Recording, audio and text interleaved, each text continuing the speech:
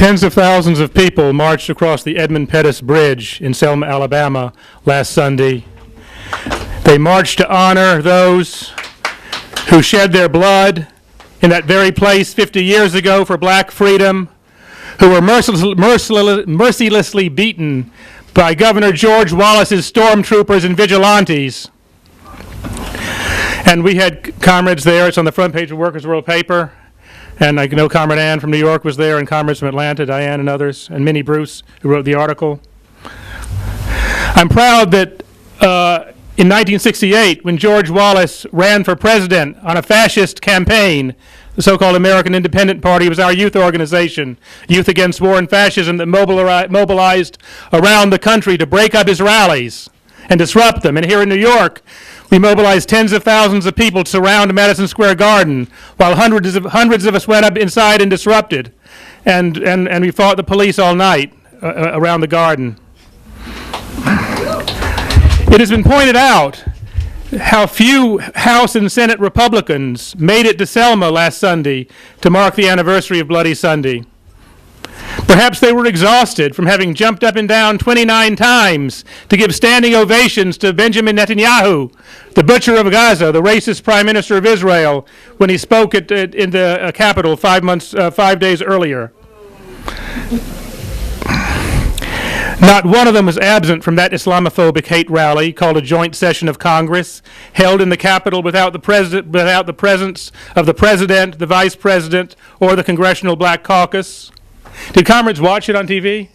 How they danced and how they jumped up and down, and it was like every one of them didn't want to be seen to be the first one to sit down or start clapping.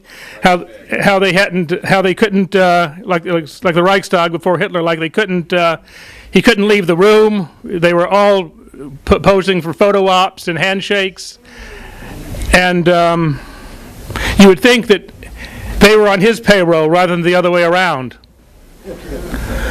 Or perhaps they missed Selma because they were busy writing the letter 47 Republican congresspeople sent on March 9th, in violation of federal law telling the Islamic Republic of Iran that any treaty it made with the Obama administration was not worth the paper it was written on. The Democrats are now playing the patriotism card. The Daily News called these 47 Republicans traitors and accused them of aiding so-called hardliners in Iran. And nearly 300,000 people have signed a petition calling for these 47 congresspeople to be indicted under the Logan Act. So what's behind this struggle, behind the Likud-Republican alliance against the Obama administration that has unleashed such a venomous fight within the ruling class? We know the real reason the Republicans weren't in Selma. It's because they hate civil rights. They hate the civil rights movement and everything it won. They hate affirmative action and desegregation and the Voting Rights Act. They hate, just like they hate Social Security and the minimum wage and collective bargaining and anything else the workers and oppressed have won in this country. But they love Israel. Israel is a racist apartheid state, which Nelson Mandela said was worse than apartheid in South Africa. It's the closest thing that exists in the world today to what existed in the South in this country before desegregation.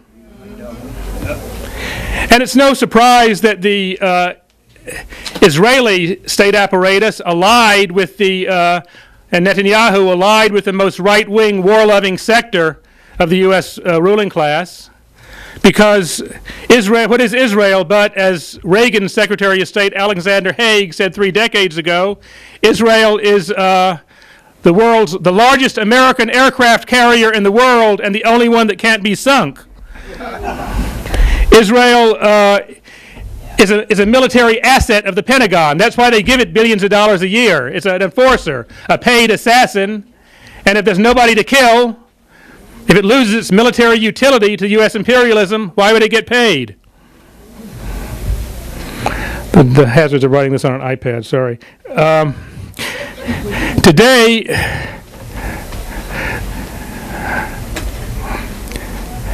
however, let's remember that most Democrats, including Senate Minority Leader Harry Reid, also scabbed on the boycott that the Congressional Black Caucus put on the joint session of Congress Tuesday a week ago. This boycott that was initiated by Congressman John Lewis of Georgia, who had his skull fractured by one of George Wallace's stormtroopers on the Edmund Pettus Bridge. in 1965 when he was chairman of SNCC.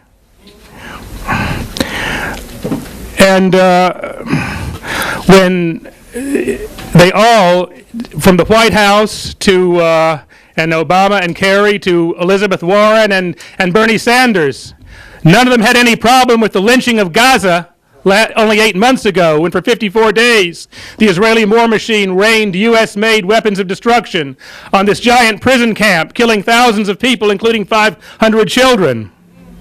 They were all for it. When Israel ran out of artillery, the Pentagon opened up its storehouse and said, help yourself.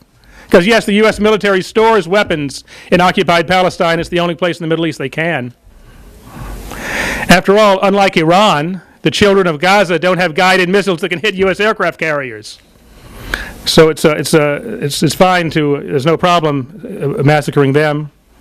And isn't it Democrats now who are trying to deport and imprison and deport Palestinian grandmother and torture victim and community leader Rasmia Odeh, who, by the way, this 2 days ago was sentenced to 18 months and a fine and deportation, but she's free on bond pending appeal. It's an outrageous sentence, but since the prosecutor was asking for 8 years, it shows the power of the people's struggle that she's free on bond. Today, the U.S. military state, under the Obama administration, is waging war against the world. From Ukraine on the border with Russia to Syria, where 250,000 have died, to the campaign against Venezuela, which Teresa spoke about, which involves not just sanctions but assassination. While the GOP was grandstanding on Iran, the White House declared Venezuela a threat to U.S. security and also ramped up sanctions on Zimbabwe. Let's not forget the African nation of Zimbabwe that's also under siege by U.S. and European imperialism. Most of this war is being waged covertly, using mercenaries. The administration is trying to deliver the U.S. ruling class a cheap victory in its war against the world. But NATO is also expanding into the former USSR. U.S. planes are again bombing Iraq and in Syria too, and the U.S. Navy is shifting warships to the Pacific to threaten China. This year marks the 70th anniversary of World War II, and the specter of a new world war has been raised by people ranging from French Prime Minister Hollande to Mikhail Gorbachev to Pope Francis II. The Pope even said World War III had already started by piecemeal. It's a war driven by the compelling financial needs of monopoly capital itself to conserve and increase the value of its capital, to maintain the obsolescent position of Wall Street at the center of the world economy, to keep so much of the world's wealth flowing into the vaults of U.S. banks. There is no way to do this other than by destruction. In essence, they're waging war against the growth of productive forces around the world. Now, the Republicans, of course, cannot afford to let themselves be outrighted by a Democratic administration. Whatever terrible thing the administration does on behalf of the U.S. ruling class, they have to show they can deliver more, do something worse. Otherwise, what are they there for? But there is also a strategy of economic warfare embarked on by the Obama administration that is maybe exacerbating the rift inside the ruling class. And also the Democrats know that if they start a war or pushed into starting a war, the Republicans will win the next election, as has happened before. The tactic I'm speaking of is predatory pricing in oil. When John D. Rockefeller, it's something that John D. Rockefeller did when he established the Standard Oil Trust in the end of the 19th century. The Bush regime responded to the global overproduction of oil by invading Iraq and destroying the state oil industry there, which was a huge bonanza to ExxonMobil and the oil companies. And the Obama regime continued this approach with the bombing of Libya, with the sanctions on Iran, and then by provoking the crisis in Ukraine with the goal of cutting off Russian energy supplies to Europe and leaving Europe at the mercy of U.S. oil monopolies. But it backfired when Russia and China signed an agreement for a pipeline that would bring Russian oil to China. And the administration embarked on a new strategy. And that strategy was to, in cahoots with the Kingdom of Saudi Arabia, to flood the oil markets with low-priced oil.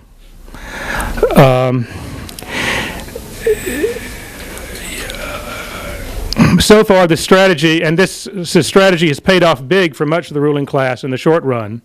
It has pumped up the dollar and the U.S. bond market, sucking capital from around the world into the United States, and while at the same time taking food out of the mouths of children around the world. They're trying to wreck the economies of Venezuela and Russia and Iran and Ecuador, and in the process they're hurting Nigeria and Indonesia as well. They don't care, it's money in the bank. And but it's if you're an old established oil monopoly like ExxonMobil or Chevron, which are both Rockefeller, and own refineries and chemical plants and distribution networks, you can turn a profit on cheap oil, especially if, like ExxonMobil, you have a deal with the Saudi monarchy, which ExxonMobil manages Saudi Aramco and gets kickbacks on every barrel of oil which they buy, under the market price.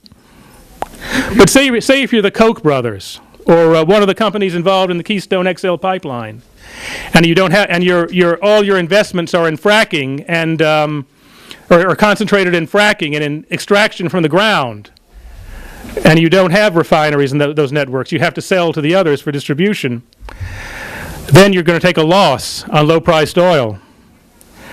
Then perhaps you can't wait for the Obama-Kerry strategy to work. You want results now. You remember that if you owe your status, your rise in the capitalist class, to the super profits that came in as a result of the Iraq War, then maybe you'd like to see war with Iran now. The bottom line is that powerful forces, and like say if Israel attacked Iran, that would take Iran's oil off the market and would drive up the prices, but it's the difference between a far-seeing, I guess, and a short-sighted strategy, both aimed at destruction, because the bottom line is that powerful forces are driving all factions in the U.S. ruling class toward wider and wider war, because all factions need to show results to their real masters in the monopoly capitalist ruling class, results in the form of higher profits and a higher rate of return. And in U.S. imperialist politics, the most belligerent course usually prevails because it's the most constant in harmony with the needs of the capitalist ruling class. So this is why we need to revive. There's an urgent need to revive an anti-war movement in this country on an imperialist and proletarian basis that links it with the war going on at home, the war against the black community and the Latino community being waged by militarized cops, which has the same material basis as the war abroad. There are a number of upcoming events we want to take part in. Cindy Sheehan, who's the mother of a soldier who died in Iraq and is an anti-war activist, called for a weekend of activities in Washington at the end of next week, which is the anniversary of the invasion of Iraq. And a demonstration is taking place. It's actually being organized by Answer, but it would be important for us to have some participation there, although we know it's the same day as the very important Women's Forum here in New York. And there's also the United National Anti-War Coordinating Committee, United National Anti-War Coalition Conference in New Jersey in May, which we have an important role in. But I think most important, we've got to keep in mind what Teresa was speaking of April 11th, which will be an International Day of Anti-War Solidarity, which I hope we can bring together Venezuela, Iran, Zimbabwe, Syria, Russia, all the countries under attack, and link it with the war at home. Thank you.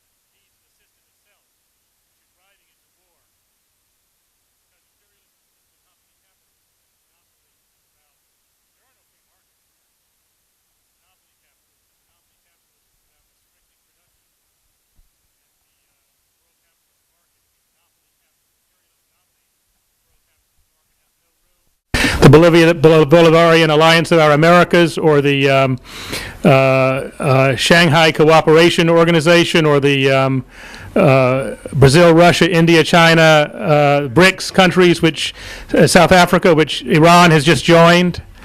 The only means by which U.S. imperialism can maintain its world position is by destruction, and because the bottom line, capitalism, monopoly capitalism especially, needs scarcity. It fears nothing more than abundance. It depends on scarcity, and for that reason, it needs war, and that's been true since since World War II. And there are very powerful forces compelling the U.S. ruling class in the direction of war, and it makes the building of a raising of an anti-war movement and the raising of anti-war and anti-imperialist consciousness an urgent task. There's a lot of similarities between the struggle going on between the Likud Republican Alliance and the Obama administration to the struggle that took place in the early 60s over Cuba with John F. Kennedy, which was resolved in Dealey Plaza in November 1963. But Kennedy was a bloody imperialist. He ordered the Bay of Pigs. He provoked the missile crisis. He was far-sighted. He founded the Green Berets, the Special Forces. His whole idea was, let's do this smart. Let's do this, covert operations and all this. But that wasn't enough for the ruling class. The ruling class has no mercy for those who would try to save it from themselves. So, he said the military is mad. Just to prove the point, they killed him, and they, escalated the war in Vietnam. And there's the same forces are at work now. Capitalism is 100 times more decayed now than it was then, and only the intervention of the masses can, on a world scale, and that includes here, can stop this dangerous course.